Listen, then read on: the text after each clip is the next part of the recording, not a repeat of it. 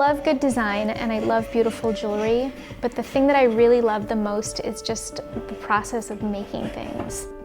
Most of the tools are very low tech, so I'm using a hand saw, small hammers, little files, sandpaper.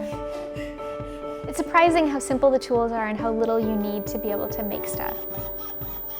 You can just cut metal with a regular little saw. When it comes to silver and gold, there are a lot of things that you can sort of bend and move with your hand. You do have to think in advance a lot of times because it's not like clay or paper, and when you take stuff away, you can't easily put it back. It's kind of a different wow factor when somebody looks at you and then they look at your work and they say, oh, you actually made that with your hands. People can sense it's sort of imbued with your spirit a little bit.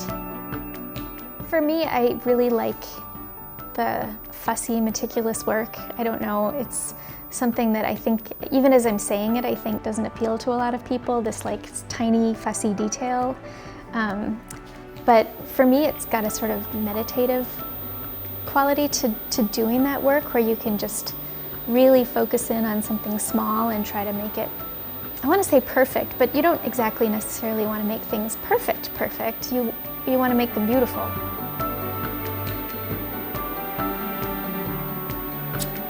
I'm pretty influenced by some of the Scandinavian design aesthetic, which is just sort of clean and spare.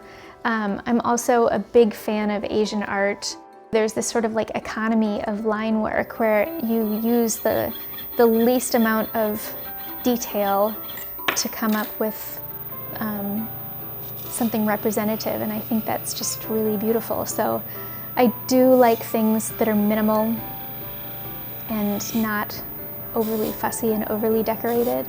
When things are well designed, they really enhance people's lives. I think it really becomes art then when it's both well designed and handmade. I think it kind of brings it to a different level of artisticness.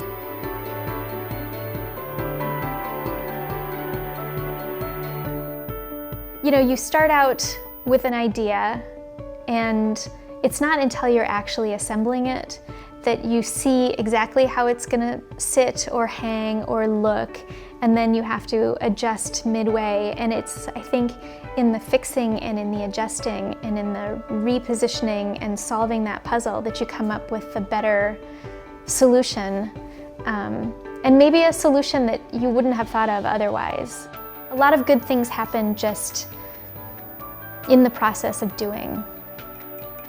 One of my main goals is to make things that are beautiful, or to take things that are beautiful, like a beautiful and interesting gemstone, and make it more beautiful by making it wearable.